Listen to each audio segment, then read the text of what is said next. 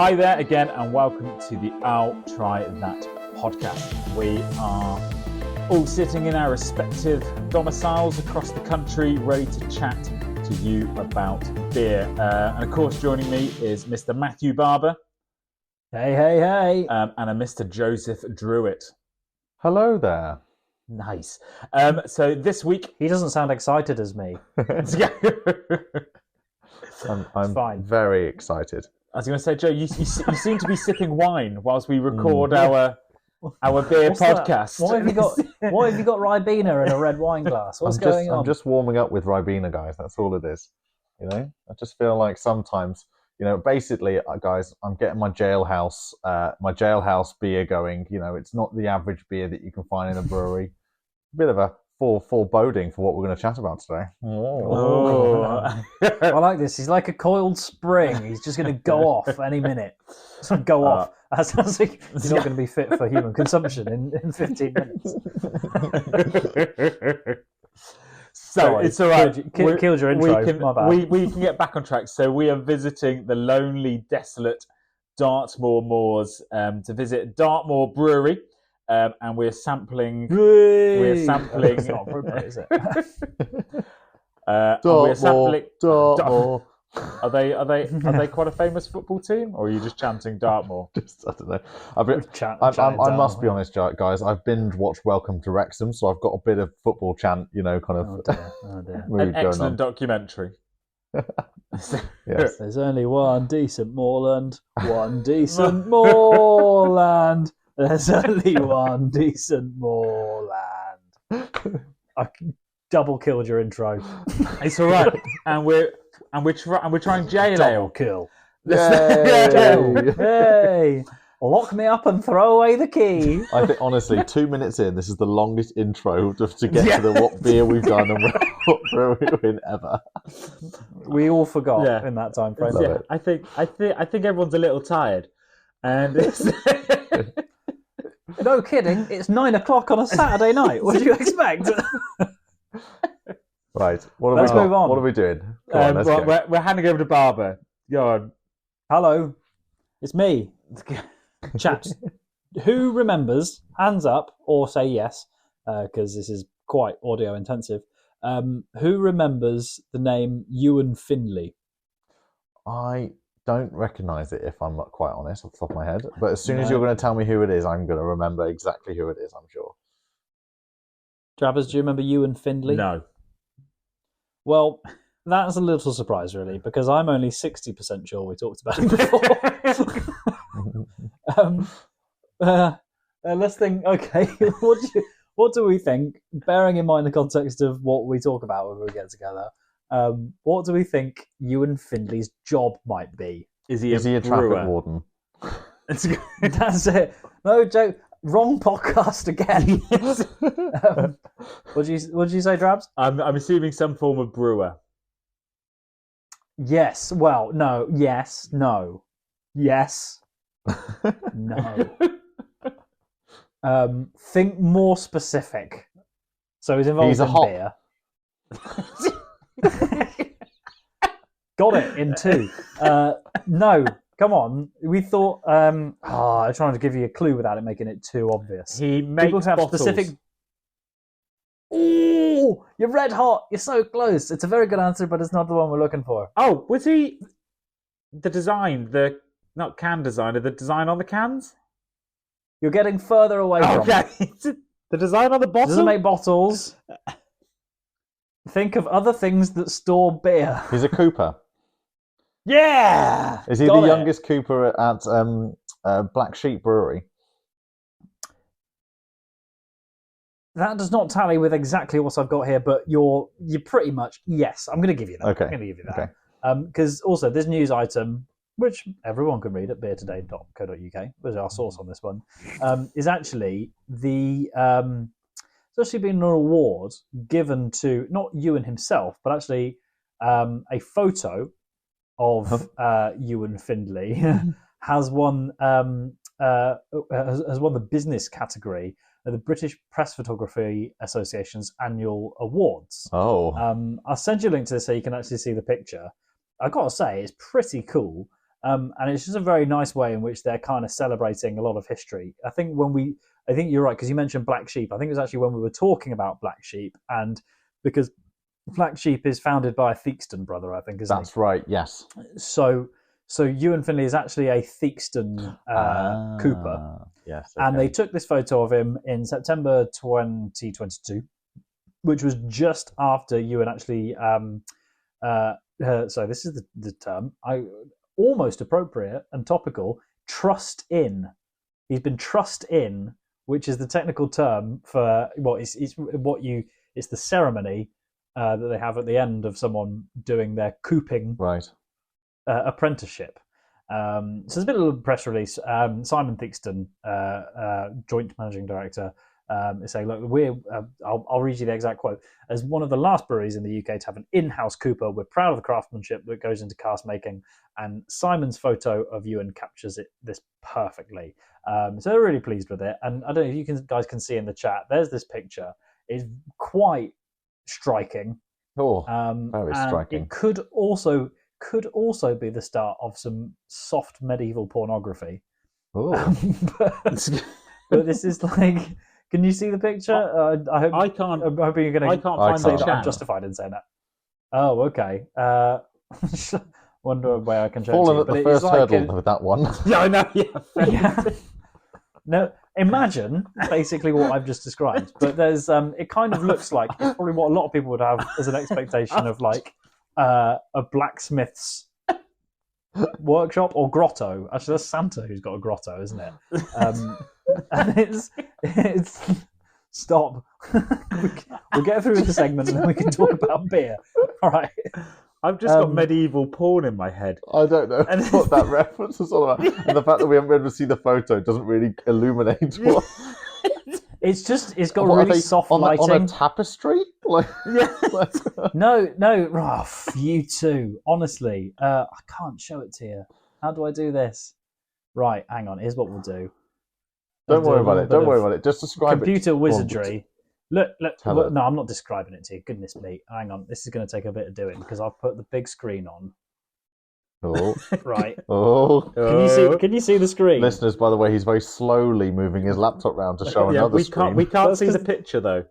That's because there's liquids. So listeners, Look, let me tell me you can see that. Let me just describe what I'm saying. This is basically like when your grandma needs some tech support. Hello.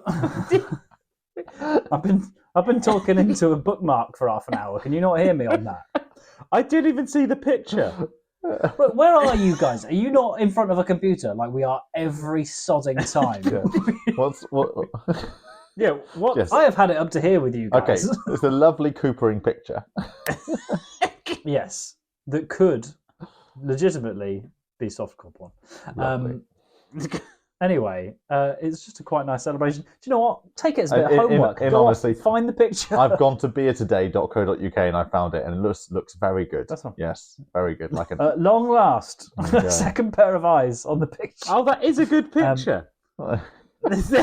Worth the wait, clearly.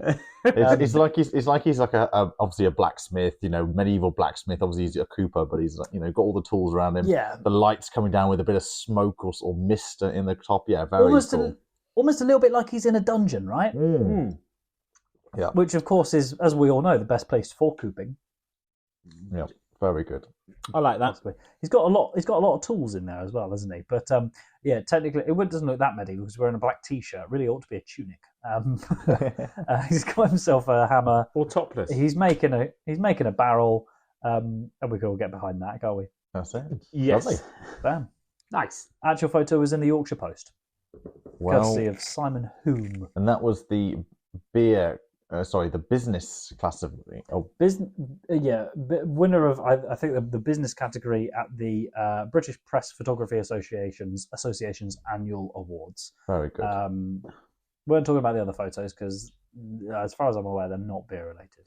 So there you go. Well, there you go. Very good. Nice. Have I done my bit now? You've done it. You've nailed it. You've done it, mate. Well done. That was Thanks. that was great. Thanks. I'm gonna go and talk to my therapist. Shall we go and wander through the moors, the Dartmoors? I fancy a yomp through the moors. Yeah. Right. I For really- any of our international listeners or those that are geography challenged, can someone explain where Dartmoor is? It's near Plymouth. It's in Devon, isn't it? Yeah. Dartmoor. Devon, southwest. It's about 30 minutes outside of Plymouth. And if I Go must, towards Cornwall, Yeah. but stop before you get there. and there's lots of, and it's really big. Which is generally quite a solid bit of advice. No, Cornwall's lovely. Very strange people, though. Sorry, Cornish listeners. It was a cheap attempt at a joke, and it wasn't very good. And is that like, 'cause from what I've driven through or driven past Dartmoor, it's quite barren, isn't it? It's not like a It's Yeah, big and open. big like a and moor. open. I mean, big claim to fame. I mean, to me, it's the big claim to fame. But the silence is telling me from you guys, Oh, it's not that I famous. thought you were going to tell us the big claim to fame. Yeah, well, I think the, for the, also the people prison, who don't that is what I think of when I think of Dartmoor. the prison, and what great story was it featured in? Hound of the Baskervilles, Sherlock Holmes. Yeah, Sherlock Holmes. It wasn't really. I think I don't actually think they talk about the prison that much. I think at the time of the bit of the story where Sherlock Holmes is, I'm a little bit of a fan. I'm not too embarrassed to admit. Basically, when Sherlock Holmes and Watson go down to investigate, because the idea is that the legend of the Hound of the Baskervilles is that loads of people have been cursed, and that they all end up with basically coming to a bit of a sticky end. But at the time when Watson and Holmes go down to investigate, someone has just escaped from Dartmoor prison, and then the sort of suggestion is that person is partially responsible for the murder or something like that. So and there's a big part of that story, and it's a good novel. If anyone this is also turn this into a reading circle, and we can do book reviews. But a lot of it is about how barren and open and it's, if you want to say a wasteland, but this massive bit of land, and it's very savage landscape, I suppose is the word, isn't it? Well, there's them, because it was the reason the prison was built on the land was because it was so open and flat, and it would be incredibly hard for prisoners to escape because they wouldn't really have anywhere to hide. Oh, and so am I also right in saying, because we started getting into this little tidbit earlier on, is that actually they're in Dartmoor, and we'll get into the reasons why the beer we're drinking is called Jail Ale, but it's quite high up as well, isn't it? Well, yeah, wasn't it? This was the bit that surprised me the most, because Dartmoor, I believe, only has one mountain or two mountains near it, and they're not even that particularly high. But yeah, the brewery, Dartmoor Brewery, is the highest brewery in the UK. Oh, So that's a good claim to fame. Yeah, I totally thought it was going to be like Scotland, like one in the like the Highlands or something like that, or there might be one in Wales because like Snowdonia. Although I suppose maybe those mountains are just so high that actually and so steep that you can't actually put anything there. Well, that's Was it? It says it's 1,465 feet above sea level. Bam. And if anyone didn't make the connection that I was subtly nudging at earlier on, Jail Ale is so named because of the brewery, and I think it's the first batch was brewed quite close by. I believe, if I'm reading this correctly, 800 meters away from the prison in Princetown. Oh, wow. I think if I did escape from the prison, I know where I'd head and hide out first. Maybe it's a bit obvious though. Do you reckon all the prisoners would just? Do you reckon it's just extra punishment because they'd be looking at their jail cell, like through the bars, just looking through the window at just a brewery pumping out all this delicious beer that they can't get their hands on? Actually, yeah, that is a bit agonising, isn't it? I was looking into it a bit more, and the Dartmoor prison now, it refers to itself as like a low category prisoners, where it's more about how they actually put it. They refer to it as rehabilitation and reform rather than prison of yonder years, because the story of how Dartmoor prison came to exist is all from the Napoleonic era. Lots of prisoners of war, and they were actually just put onto ships called hulks off Plymouth Harbour. Conditions weren't great, and they realised they had to actually build a prison. So that was the birth of Dartmoor prison, basically. Oh, okay. So the Oh. prisoners were just kept on ships at sea. Yeah, which is Yeah. quite a well-known thing called hulking. Basically, they were put on hulks, pretty poor Yeah. conditions. Basically, I mean, because where are you going to go? You're going to jump into the sea, are you? Yeah, Not going to and go much basically places. the boats weren't seaworthy, were they? Or it's like I think it was either ones that had been like damaged. damaged. Yeah, in so war or you something wouldn't like want to that, take them and out the just go- high seas or anything. Yeah, just pop them Yeah. on some ships, just just outside the harbour. So there's not really much places they can go. Yeah. That sounds awful. You would definitely need a beer when you got out from that. JL Ale, by the way. Sorry, segue. I was just like news just in because I've had a look. Beer Awards 2021. Yes. Oh, so JL Ale. So recently, Silver Medal World Beer Awards. Okay. It's amazing. Dartmoor IPA, bronze. And sorry, yeah, World Beer Awards, and also JLL got silver at 2021 Taste of the West. Yeah, very good. I tried this before back at a pub I used to work in Bristol, which I'm sure I've referenced bloody hundreds of times. So apologies if you get bored of hearing it. But I think it's lovely, and it was interesting. Before we came on, I think I said to Travis as well. I thought this had the potential to be another Timothy Taylor's IPA, and it'd be one that I was a big fan of, and you were not a fan of, Richard. Although I think you're pleasantly surprised, right? Well, So have no, you yeah. got? Yeah, sorry, Travis, carry on. No, mate. I'm intrigued to hear what you want to say about this one. So I tried JLL for the first time last month when I was at a stag do on Dartmoor. I'll set the scene like I do. We were staying in a big bunkhouse in the middle of Dartmoor for our friend's stag do, and then we walked probably about 45 minutes in the darkness down this old railway track to this pub in this little village. There was like 7 houses in this village and the pub sort of thing, and there was about 14 of us all bailed in. Of course, we took over this local country pub full of local people. It was one of those pubs. local people. Yeah, it was one of those pubs that you walk in and everybody turns and looks at you, sort of thing. It was a proper and the music stops on the rack. It screeches to a halt. Everyone That's just it. Smoking on piano. Just like, whoa. Yeah. And then like all the floorboards only squeak when new people come in. All the locals, it never squeaks, but when new people come in, the floorboards squeak. And a dog farts when you walk. And just the fire goes out and all the candles disappear. But no, I went in there, and of course this was on tap, so I thought it would be only right to drink the ale in Dartmoor that was originated from it. A lovely setting. We're all sitting there, all having a laugh and all having a joke. And I think the setting made the beer, and I've just got a fond memory from it. Nice. And the taste is okay. It's not going to blow me away, but I'm not repulsed by it, and I do quite like it. I quite like how that translates with this one. There's one silver at the World Beer Awards in 2021. Rich goes, yeah, it's all right.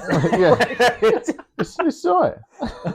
I really want to have Rich as like a judge on a panel, and there's like brewers of beer like Jail, which actually I keep wanting to describe as a best bitter, but I think actually it's just a plain old ale. It's a premium ale. Premium ale. Premium ale. Yeah, that's a better way to put it. Yeah. I really like the idea of Rich being maybe even the sole judge on a panel, and a brewer comes with something like Jail, and they go sort of present it before him really obsequiously and just sort of like stepping away like, oh, but please, we'd love to hear what you think. Sort of looks at it, swirls, little sniff. Okay, glug, glug, glug. Pops it down on the table. Yeah, it's all right. And the person who's brewed it is like, yes! Get in! That's the highest praise we can get. That's like when, it's basically like he's the equivalent of Gordon Ramsay, in his Hell's Kitchen. It's just basically, if he's not shouting at you, it's a good thing. Yeah. If he goes, it's great, they kind of go, no. I don't know what this means. No, those words would never be uttered out of his mouth. So there you go. Yeah. So we've got JLL, which is this 4.8%, the one that we've talked about winning lots of awards. If I just quickly rattle through the beers that they've got a Legend, classic. Yeah, love that. That's a bit more kind of class conditioned beer. Freshly baked bread. He's the one you want at all the parties. That's it. Bloody legends. Inmates Pale Ale, which is their Dartmoor IPA. I see what they did there with IPA. Inmates. You see. Dartmoor Best, which is their 3.7% bitter. Dragon's Breath. That'd be the best bitter. Oh, I love this one. It's a beer that's flavoured with black treacle for like a unique winter warmer. Oh, so there you go. Find that one. And then they've got Three Hares, which is a brown ale. So there you go, with Devon honey and hints of apricots. That does sound quite nice, actually, doesn't it? Sound quite so good. Anyway, I digress. What are we thinking about the liquid, actually, of this JLL? Wonderful. I think it's wonderful. Yeah. It's actually quite a good all-purpose one as well. I quite often come in and I go, this is why this is great winter beer, or I go, I'd like this in the summer watching cricket or something like that. Yeah. This is just proper solid. It's a premium ale. Yeah, you said it before. Lovely, that amber colour. It's got a bit of it's the maltiness that is going to probably appeal to your old school beer drinkers. Yeah. It's a little bit hoppy as well. But you get the fruit notes that aren't too full on like those wintry ones we talk about. I always say that there's those really heavy winter beers that are like saurine and fruitcake. It's like there's like a little nod in that direction, but it's not that full on. I think it even describes itself as being spicy with like a little bit of citrus too. But I like the subtlety to it, and that's just it's eminently drinkable. I think you've definitely hit the nail on the head there, Barber. I can't really describe it any other way, but it's not harsh. It's nice and smooth. It goes down well. And you can have 2 or 3 of these comfortably and not feel bloated, not feel full, and be like, you know what? I could probably have a 5th. 4.5%, I think, as well. So it's in the realms of sessionable without being a session beer. But I think it's wonderful. You can see why it's won awards. I just almost couldn't tire of it, as you pretty much nodded out there, Travis, as well. No, that's it. Yeah, I'm a fan. Interesting thing I discovered about these guys. Well, actually, I'm going to ask you guys as a question as well. How many ingredients do we think Dartmoor say their beer contains? I think this is the first time I've ever seen a brewery that has more than 5. This is going to be multiple choice, and I thought I could see if I could throw you. But Travis, have you seen this? Do you know how many there are? I believe you mentioned it earlier, but it's 6, isn't it?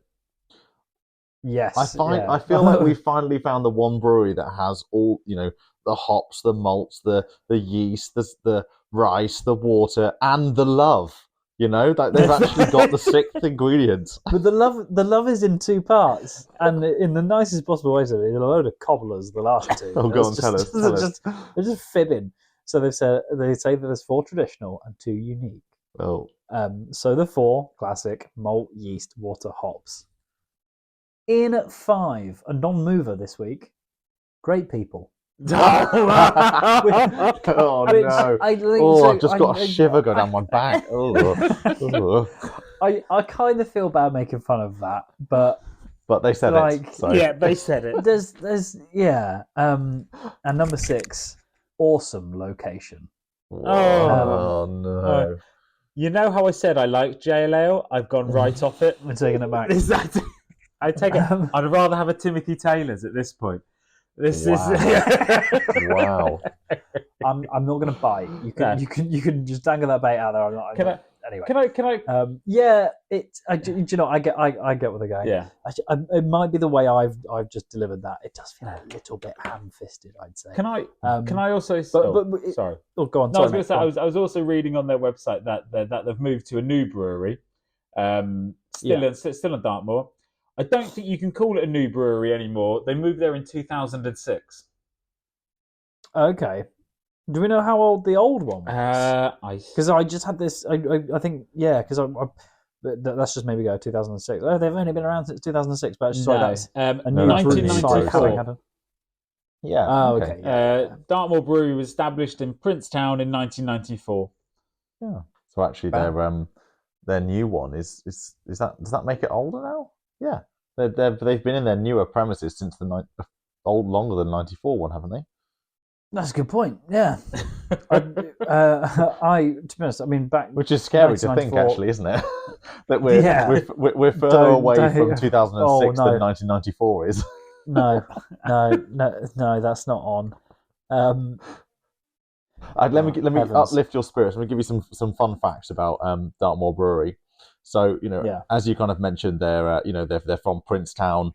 They're a keen sponsor of the local village football club, Princetown FC. There you go. Okay. So that's where we've been getting our chance from. Clearly, we were getting them wrong. I'd imagine. I think I don't know. I should look this up, but I think Princetown FC. They're in the Championship. Is that right? They're pretty high up there. No, they're going to be non-league. Are you winding me up? Yeah, of course. Yeah, you bit so quickly then. I told you. 9 o'clock a Saturday night, I'm right. Nibble. And this one's for Drabbers. He's only saying that because Fulham beat Forest today. I'm fine about it. Sorry, go on. This next one's for Drabbers, because I know he likes a bit of a festival. So since 2010, Dartmoor Brewery has been a sponsored Chag-Stock, a lively music festival on the northern edge of Dartmoor, supplying real ales as the event's official beer supplier. So there you go, Drab. Make your way to Chag-Stock. That sounds like someone chants at you to down your beer quicker. Chag. We're saying Chag, C-H-A-G? Yes, stock. Yeah, okay. Just like the famous Woodstock. Yeah. Who's but Chag related. Yeah. I'm relieved it's not called Shag Snog, which is what I thought you first said. It's like swingers festival or something. Hey, what goes in Dartmoor stays in Dartmoor, right? Who do you reckon headlines? You're talking mainly about the DNA, aren't you? Sorry, John. Go on, I was going to say, who do you reckon headlines Chag-Stock? They'll have all. It'll be Mad Keith, won't it? Beyonce. Hey, Beyonce's going to Sunderland. Oh. Part of her tour, she's going to be performing in Sunderland. Why, man? I think is what you mean to say. That's a couple of Mackhams just said, no, that's not how it works, mate. Right, should we wrap up on numbers on Dartmoor? Let's have some numbers. I think we've done them a good service here. And a bit of a dig at Dartmoor itself. It's a really nice place. I'm trying to get their Instagram. Unfortunately, it doesn't seem like their Instagram page is working. I just get a 404 not found. And I can't find Dartmoor Brewery on Instagram. So that's a shame. Maybe their account's gone AWOL or something, I'm not sure. But on Twitter, they have 6,770 followers. And they've done a post from the 2nd of February, which was ringing in the end of dry January with their sales manager, Steve, having a pint of jail at the pub. So there you go. Ah, very nice. On brand. Lovely. There you go. So yeah, will you guys be putting in the hard years for Dartmoor?